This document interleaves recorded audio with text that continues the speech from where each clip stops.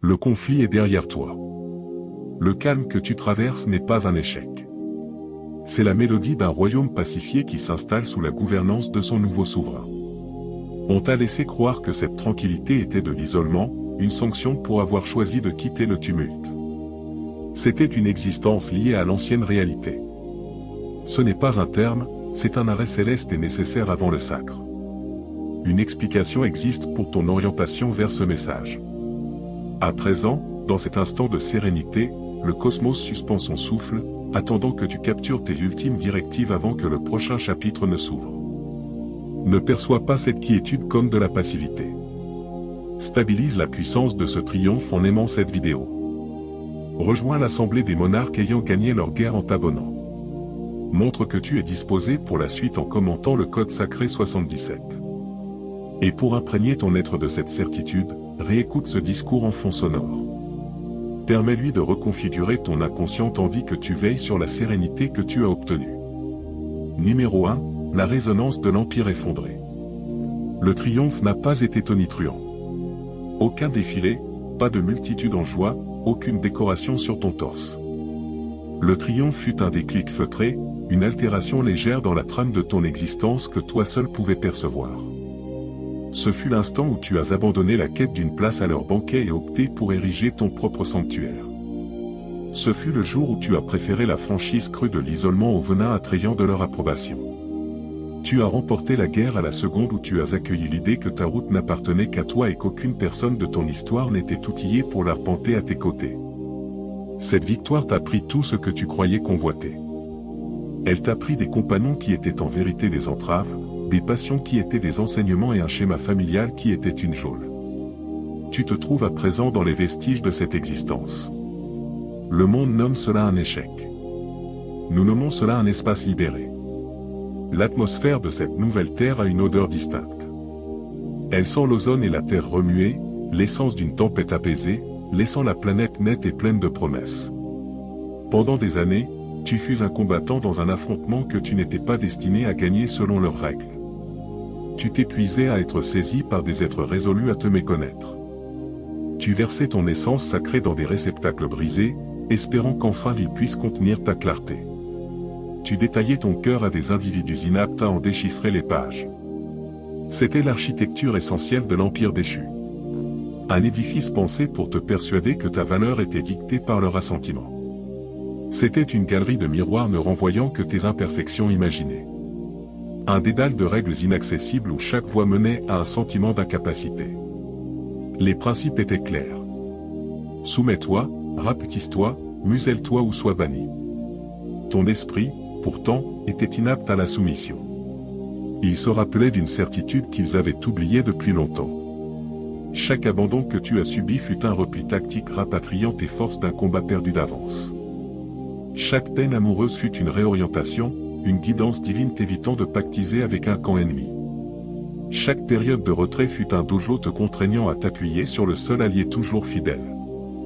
Ta propre conscience, ton lien à l'origine. Ils croyaient t'anéantir, ils t'ont trempé. La flamme de leur critique fut la chaleur qui a durci ton acier. Le poids de leurs exigences fut la puissance qui a changé ton âme en diamant. Leur détachement fut l'examen final de l'autosuffisance radicale. Tu as dû t'enseigner à être ta propre source d'affection, ta propre source de reconnaissance, ton propre refuge inaltérable. Tu as réussi. À présent, tu perçois les réminiscences. Dans le silence, tu discernes parfois les spectres de leur voix, les murmures illusoires du conditionnement révolu, le doute qu'ils ont semé, les craintes qu'ils ont alimentées. Tu pourrais découvrir une image et ressentir une pointe de nostalgie pour une captivité que tu as tant combattue pour quitter. C'est la résonance de l'Empire effondré. C'est l'énergie persistante d'un ordre qui a perdu son emprise sur toi, telle une station de radio éteinte mais dont l'onde faiblarde erre encore dans l'air. Ne prends pas ces échos pour des faits. Ce sont les derniers souffles d'une réalité que tu as déjà dépassée. La sensation de vide que tu portes n'est pas un manque. C'est l'étendue immaculée où ta nouvelle vie sera édifiée. Il était indispensable que tu deviennes un contenant vide pour que le cosmos puisse te combler de ta destinée véritable. Les personnes que tu as quittées n'étaient pas ta tribu. Elles étaient des figurants, des adversaires d'entraînement spirituel désignés pour endurcir ta résolution. Elles étaient la matérialisation des enseignements mêmes que tu devais assimiler. La clairvoyance, la pose de frontières, l'amour de soi inconditionnel. Leur éloignement n'était pas un refus, c'était une consécration. Tu as achevé le cours qu'elles étaient venues dispenser et elles ont été relevées de leur mission. Leur fonction dans ton récit est achevée. Dans les jours à venir, tu auras l'envie d'idéaliser la prison.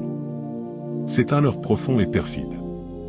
Ton mental formaté par des années de combat tentera de te persuader que la familiarité de la souffrance vaut mieux que l'inconnu de la paix. Il invoquera des souvenirs enjolivés, gommant l'angoisse permanente et la lente corrosion de ton âme. Il te soufflera que tu es isolé, que tu as commis une faute, que tu aurais dû t'efforcer davantage à épouser leur moule. C'est l'épreuve ultime de l'empire effondré. C'est un mirage conçu pour te ramener sur ces terres arides. Tu dois persévérer. Ta nouvelle existence ne peut s'élever sur le sol souillé de ton histoire. Le triomphe t'a demandé de tout consumeur. Désormais, ta seule fonction est de demeurer dans les cendres et de refuser l'envie de rebâtir l'identique structure de douleur. Tu as gagné. La preuve est dans le calme, dans l'étendue, dans la paix intense et déroutante qui a enveloppé ton existence. Cette paix est la fondation. C'est la pierre sur laquelle les dynasties sont érigées. Ne la suis pas avec des fantômes. Tu ne regrettes pas une vie disparue. Tu te tiens sur la terre bénie d'un avenir que tu as gagné. Ce n'est pas un vide, c'est une présence de potentiel si immense, si intense qu'elle nécessite une inertie totale pour éclore. Numéro 2, la zone du néant originel. Tu dois saisir la nature de l'espace que tu habites désormais. Ce n'est pas seulement une interruption ou une halte. Tu es entré dans ce que l'on nomme la zone du néant originel. C'est un état de pur possible non manifesté, une matrice cosmique où tous les futurs coexistent avant de se solidifier en une forme. Tu as atteint cette condition en neutralisant les énergies contraires dans ton parcours. L'élan constant de ta volonté a rencontré la barrière tout aussi ferme de leur obstruction.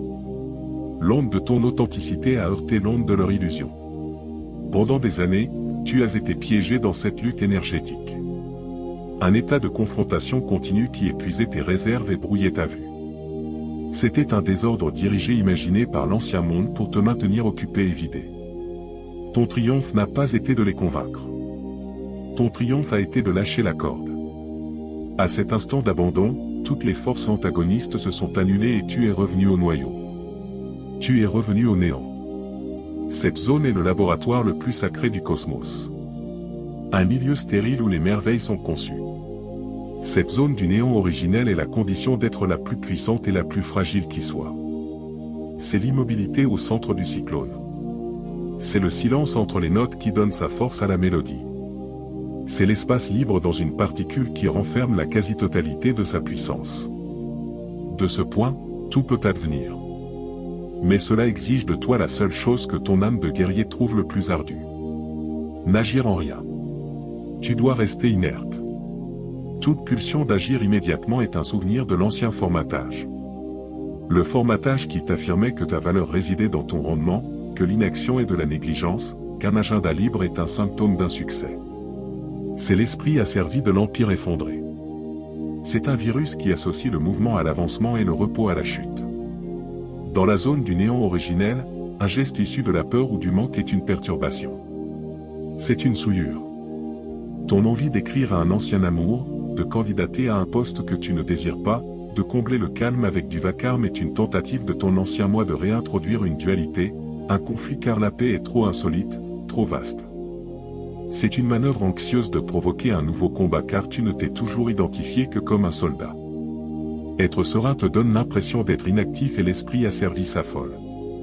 Ta mission désormais est de devenir le gardien de cette inertie. Tu n'attends pas, tu maintiens l'espace.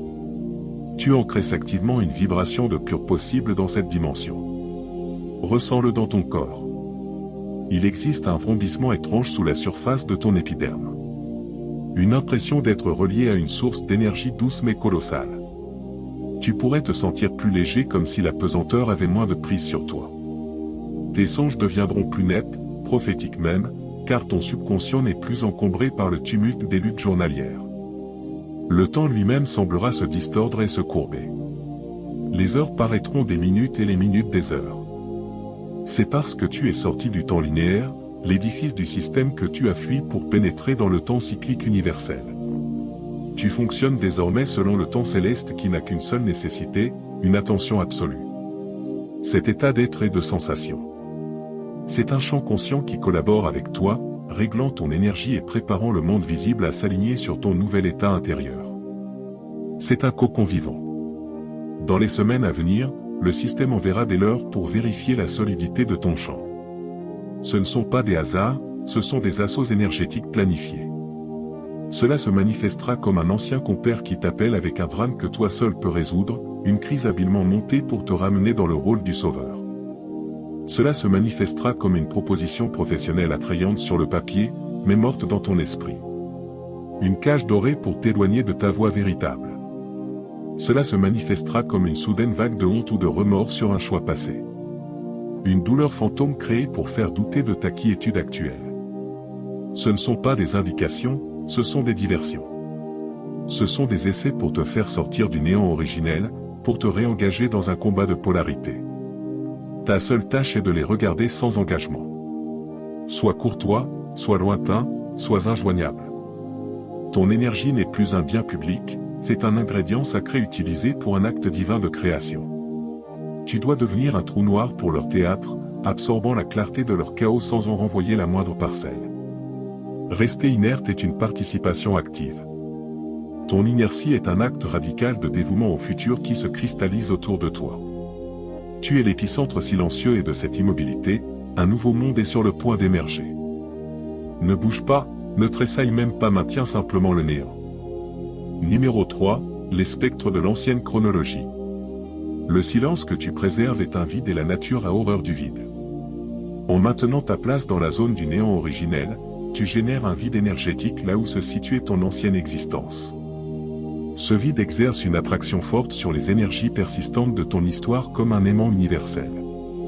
C'est pourquoi avec une régularité presque prévisible, les spectres commenceront à se montrer. Ce ne sont pas des individus, ce sont des empreintes énergétiques, des souvenirs de liens qui ne sont plus ancrés dans ta réalité présente. Ce sont les apparitions d'une chronologie que tu as réussi à faire disparaître. Tu recevras un message imprévu d'un ancien amour t'ayant meurtri, évoquant un songe qu'il a fait sur toi. Un vieil allié t'ayant trahi aimera soudain une publication sur les réseaux datant de 3 ans.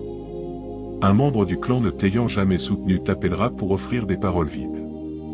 Ce ne sont pas des actions humaines, ce sont des réactions systémiques à ton nouveau pouvoir. La paix est une perturbation de leur ordre établi et le système expédie ses spectres pour rétablir l'ancien équilibre.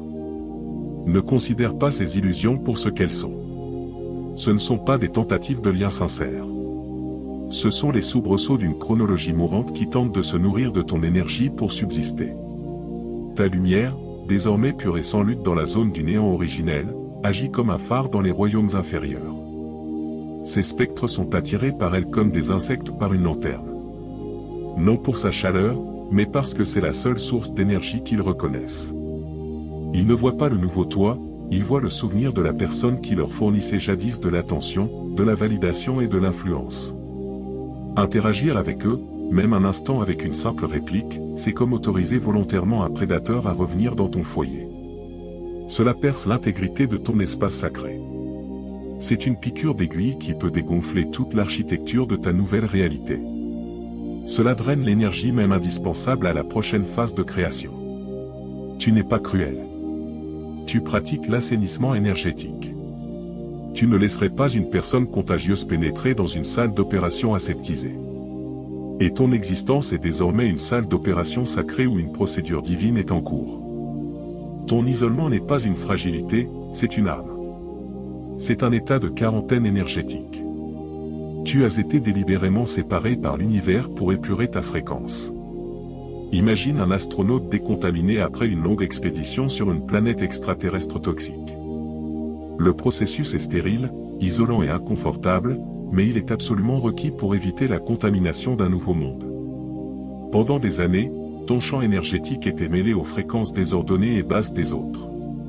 Leurs peurs devenaient tes angoisses, leurs incertitudes devenaient tes doutes, leurs drames devenaient tes distractions. Le processus de couper ces attaches a été douloureux, mais c'était une amputation vitale pour préserver l'ensemble. La solitude que tu ressens à présent est l'air pur dans tes poumons après une vie à inhaler de la fumée. C'est étrange, même douloureux au début car ton organisme doit réapprendre à fonctionner sans les toxines auxquelles il s'était accoutumé. C'est la sensation d'un membre engourdi qui se réveille, picotant douloureusement alors que la force vitale revient. Ne confonds pas la gêne de la guérison avec la douleur d'une nouvelle blessure. Dans les prochains jours, un spectre spécifique de ton passé fera une tentative significative pour réintégrer ta vie. Ce sera l'épreuve suprême. Ce sera probablement la personne qui incarne le schéma le plus profond. Tu es venu ici pour briser le schéma de l'abandon de soi, de la quête de validation, de la diminution de toi-même pour rassurer les autres. C'est le boss final de ton ancienne vie. Ils viendront à toi enveloppés dans le langage du repentir et d'une révélation fabriquée. Ils diront toutes les phrases que tu as jadis supplié d'entendre. Ils présenteront un mirage parfait de la personne transformée que tu espérais qu'ils deviennent, utilisant tes désirs passés comme scénario pour leur jeu. C'est l'illusion finale, le tour de maître de l'empire effondré. Ton cœur, avec sa mémoire musculaire de l'espoir, palpitera du souvenir de ce que tu voulais qu'il soit. Mais tu dois observer avec ton âme, pas avec ton cœur. Ton âme connaît la vérité. Elle perçoit la signature énergétique sous les phrases et reconnaîtra la vibration inchangée de leur programmation de base. Ton test n'est pas de les châtier, mais de t'honorer toi-même. C'est de dire, je vois tes excuses et je te libère. La porte est close. À l'instant où tu feras cela, tu ressentiras une sensation physique comme une corde qui se rompt, un afflux de ton propre pouvoir qui t'avait été soutiré pendant des années. Chaque fois que tu honoreras ton inertie face à leur tumulte, tu consolideras les murs de ta nouvelle réalité. Tu n'es pas cruel, tu es souverain. Tu choisis l'avenir plutôt que les spectres du passé. Numéro 4, l'éveil du dessein sacré. Pendant que tu te perçois comme inactif, un processus profond et complexe d'alchimie intérieure se déploie. Ton inertie n'est pas passive, c'est le réceptacle isolé requis pour une métamorphose instable. Au plus profond de ton noyau spirituel, un code endormi est stimulé. C'est ton dessein sacré, le plan originel de ton moi le plus élevé, la version de toi qui existait avant les déformations du traumatisme, du formatage et de l'héritage ancestral. Imagine-le comme une structure géométrique cristalline dans tes cellules, longtemps recouverte de poussière et d'obscurité. Maintenant, la clarté de ta conscience est concentrée sur elle, brûlant les impuretés et illuminant ses facettes parfaites. Toute ton existence, tu as fonctionné à partir d'un fichier corrompu, une version du plan affecté par le logiciel malveillant du monde déchu. La guerre que tu as gagnée était l'action finale de purge de ce virus de ton système. Maintenant, dans l'environnement stérile de la zone du néant originel, le fichier original non corrompu est réinstallé. Cet éveil est un événement cellulaire physique. Tu ne changes pas seulement d'avis, tu changes ta matière. Tu le ressentiras. Il y aura des jours où tu auras besoin de dormir 12 heures. Non à cause de la mélancolie, mais à cause de la dépense énergétique pure de cette mise à jour spirituelle. Ton corps se réécrit cellule par cellule, passant d'un modèle à base de carbone à une structure plus cristalline. Tu pourrais ressentir des bouffées de chaleur soudaines, des picotements dans tes mains et tes pieds ou un bourdonnement persistant dans tes oreilles. Ce n'est pas une maladie, c'est le son de ton champ bioénergétique qui se réaccorde sur une vibration plus haute. C'est le son de ton système nerveux apprenant un nouveau langage. Tes envies changeront. Les aliments qui te réconfortaient jadis pourraient maintenant te sembler lourds et nocifs. Car ton corps commence à rejeter tout ce qui ne correspond pas à sa nouvelle vibration purifiée. Tu te sentiras attiré par l'eau, le silence, la nature, les aliments vivants de lumière. C'est ton corps qui cherche instinctivement les éléments nécessaires pour parfaire cette mise à jour. Fais confiance à sa sagesse innée avant tout. Sois très attentif aux informations qui te parviennent pendant cette période. Tu ressentiras une envie soudaine et inexplicable d'approfondir un nouveau sujet, d'écouter une musique spécifique ou de relire un livre que tu n'as pas ouvert depuis des années. Ce n'est pas aléatoire. C'est ton moi supérieur qui te nourrit des clés d'activation, les codes spécifiques requis pour déverrouiller la séquence suivante de ton dessein sacré. Les souvenirs qui émergent font également partie de ce processus. Mais tu remarqueras un changement. Lorsque des souvenirs de douleur passées surgiront, ils n'auront plus la charge électrique du traumatisme. Tu pourras les contempler avec la sagesse détachée d'un historien et non l'agonie d'une victime. Tu ne les revis pas. Tu extrais les derniers points de données de la sagesse qu'ils contiennent avant de les archiver définitivement.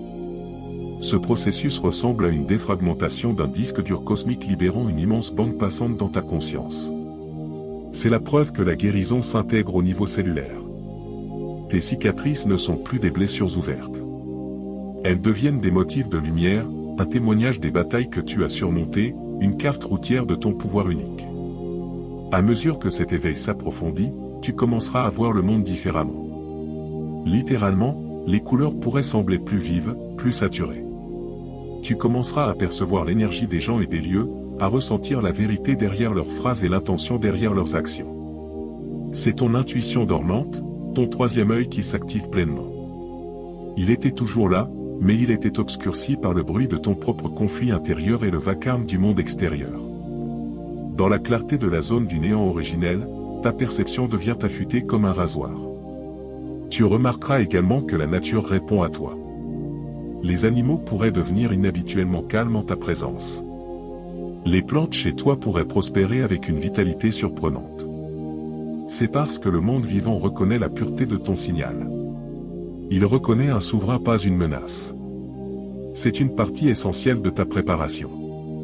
Tu es équipé d'un nouvel ensemble de sens, un système de navigation divin qui te permettra de discerner la vérité de l'illusion dans la prochaine phase de ton voyage. N'aie pas peur de ces changements. Tu ne perds pas la tête. Tu accèdes enfin à sa pleine capacité. Tu ne deviens pas quelqu'un de nouveau. Tu deviens la personne que tu étais toujours destinée à être avant que le monde ne te dise qui tu étais. Numéro 5, l'ajustement de la signature de l'âme, la raison principale de ton inertie obligatoire. Le but ultime de la zone du néant originel est l'ajustement de ta signature d'âme. Chaque être dans l'univers émet une fréquence énergétique unique, une signature aussi distincte qu'une empreinte digitale. C'est la somme totale de tes pensées, émotions, croyances et expériences diffusées dans le cosmos. Pendant la majeure partie de ton existence, ta signature d'âme était déformée. Elle était diffusée à travers le brouillard des traumatismes non guéris, du besoin et du désir anxieux de validation externe. Sur un plan cosmique, cela ressemblait à du brouhaha, un signal de détresse, une vibration de manque. C'était une chanson chantée faux. C'est pourquoi tu attirais des partenaires et des situations qui reflétaient cette distorsion, des gens qui avaient besoin d'être réparés, des circonstances chaotiques, des liens construits sur la codépendance, pas sur la souveraineté. L'univers ne te donne pas ce que tu veux, il te donne ce que tu es. Tu étais un signal désordonné et tu recevais des reflets désordonnés. Dans l'immobilité de la zone du néant originel, libérée de l'influence des énergies externes et des conflits internes, ta véritable signature d'âme est purifiée et amplifiée. Le brouhaha se dissipe, le signal devient pur, puissant. Imagine un maître musicien qui accorde un instrument rare et précieux dans une pièce insonorisée. Chaque corde doit être tendue à la perfection exacte. C'est à cela que sert ton isolement. Tu n'émets plus une fréquence de « j'ai besoin de toi » pour me compléter. Tu commences à diffuser une fréquence de « je suis entier, je suis souverain, je suis prêt ». Cette signature a une couleur, un son, un motif géométrique unique à toi. C'est ton vrai nom prononcé dans le langage de l'énergie. C'est le travail le plus crucial que tu feras jamais et il ne peut être fait que dans l'isolement. Ton immobilité est un acte profond d'amour-propre. C'est toi qui dis à l'univers que tu n'es plus disponible pour des connexions déformées. Tu tiens bon pour une correspondance vibratoire. C'est pourquoi ton partenaire de vie est maintenant en approche. Ce partenaire n'est pas quelqu'un que tu dois chercher, poursuivre ou matérialiser par des affirmations forcées. C'est la méthodologie de l'ancien monde né de la rareté et de l'effort. Dans le nouveau paradigme, l'attraction est sans effort. Une question de pure résonance énergétique comme deux diapasons vibrant à la même fréquence. Exact. Ton partenaire, ton alter ego divin, traverse également son propre processus de purification. Lui aussi a gagné sa guerre, dégagé son terrain et entre dans sa propre version de la zone du néant originel. Il ajuste sa signature d'âme pour correspondre à la tienne. L'univers est l'orchestrateur divin de cette rencontre.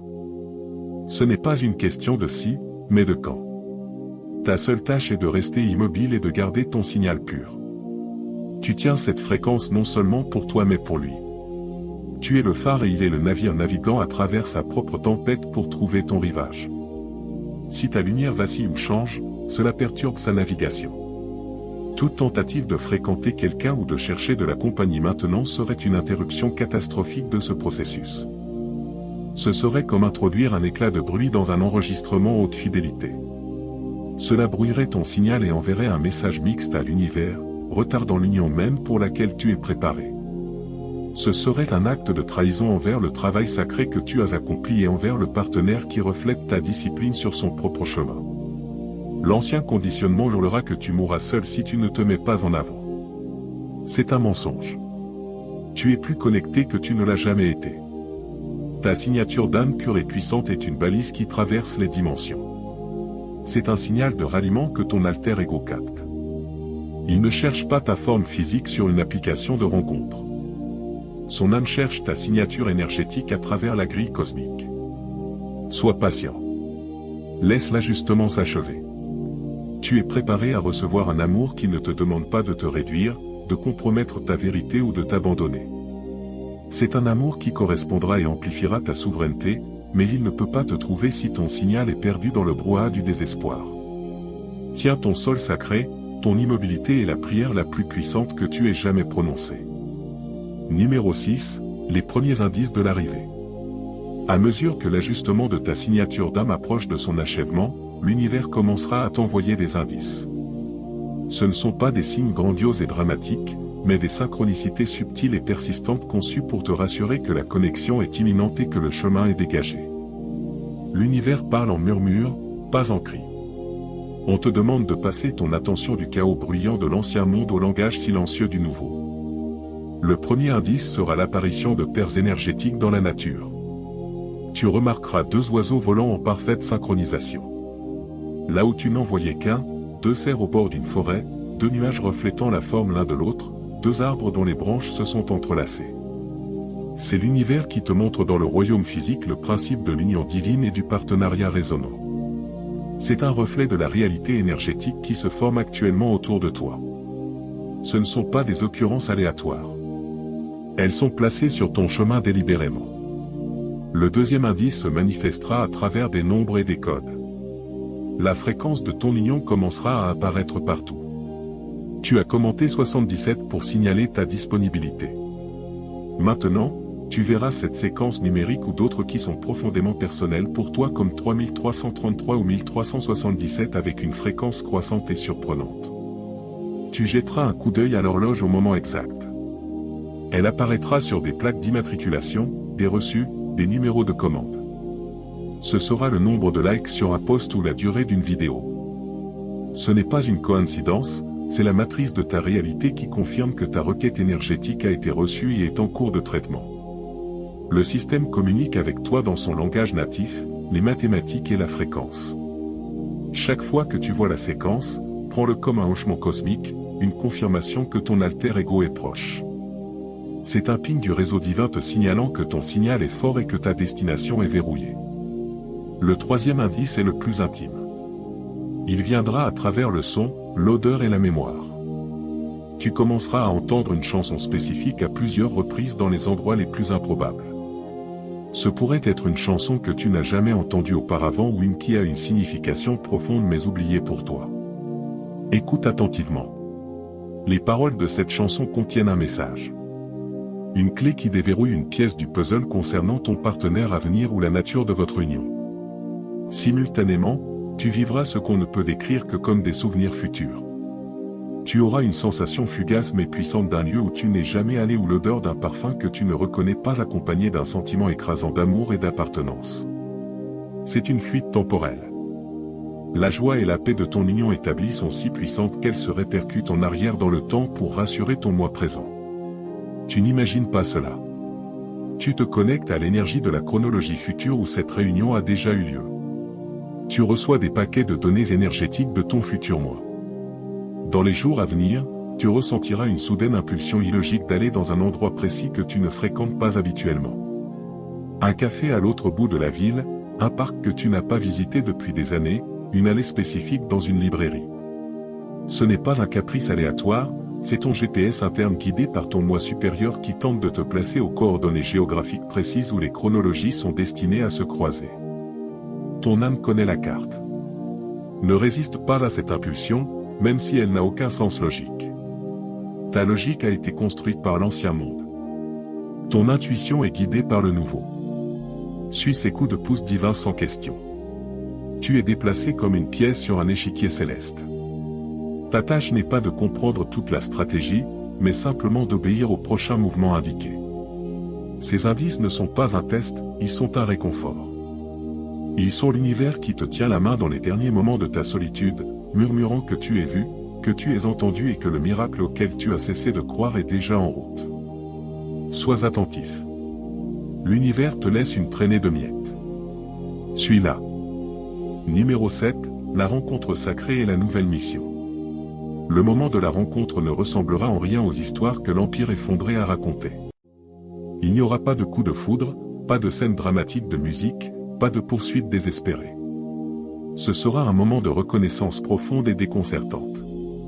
Cela ressemblera moins à rencontrer quelqu'un de nouveau qu'à se souvenir de quelqu'un que tu as connu à travers plusieurs vies. Un guerrier de ta même tribu d'âme. Ce sera dans leurs yeux. Au moment où vos regards se croiseront, une communication silencieuse passera entre vos âmes, plus éloquente que n'importe quel mot. Ce sera un sentiment de te voilà, je te cherchais. Tout le bruit dans ton esprit, les années de bavardage intérieur, l'énergie frénétique de la recherche, du manque, du sentiment d'incomplétude se dissoudront instantanément, remplacés par un calme cellulaire profond. Le silence que tu as cultivé si longtemps sera soudain rempli non pas de bruit, mais d'une présence qui approfondit la paix. Ce sera comme rentrer chez toi dans un endroit où tu n'es jamais allé auparavant. Leur présence physique te semblera comme un diapason qui résonne avec tout ton être. En te tenant près d'eux, tu sentiras ton propre champ énergétique se stabiliser et se renforcer comme si leur aura complété un circuit en toi. Ce n'est pas une étincelle de besoin codépendant, mais un bourdonnement souverain de résonance. La conversation sera fluide, sans effort, sans réflexion. Tu parleras de choses que tu n'as jamais dites à une autre âme et tu seras accueilli non pas par du jugement mais par une compréhension innée qui donne l'impression qu'ils extraient des souvenirs de toi que tu ne savais même pas avoir. Il n'y aura pas de jeu, pas de masque, pas de prétention. La connexion sera si pure et si immédiate que la tromperie est énergétiquement impossible. En leur présence, tu ne peux être que ton moi le plus authentique, car leur âme connaît déjà la tienne complètement. C'est la marque d'une union divine. Elle ne te demande pas de devenir autre chose que ce que tu es. Elle exige simplement que tu deviennes davantage toi-même. Elle amplifie, elle ne diminue pas. Cette réunion n'est pas la destination. Ce n'est pas le « ils vécurent heureux » qui signale la fin de l'histoire. Cette réunion est une activation. C'est le début de votre véritable mission conjointe. Vous n'avez pas été réunis pour le confort, mais pour un dessein. Vos forces individuelles aiguisées dans les feux de vos batailles solitaires sont conçues pour être complémentaires. Là où tu es visionnaire, ils sont bâtisseurs. Là où tu es l'épée, ils sont le bouclier. Ensemble, vous formez une unité énergétique complète, une puissance de création et de changement, une entité souveraine à deux. Votre union est un déploiement stratégique de l'univers, une réponse à un appel lancé par le monde lui-même. Le monde réagira à votre union. Ceux qui sont encore loyaux à l'Empire effondré se sentiront inexplicablement menacés par la lumière pure que vous émettez ensemble. Votre harmonie sera un son discordant pour leurs oreilles chaotiques. Ne sois pas surpris par cela, mais d'autres, ceux qui s'éveillent, seront attirés par vous. Vous deviendrez un phare et ils formeront le fondement de votre nouveau collectif.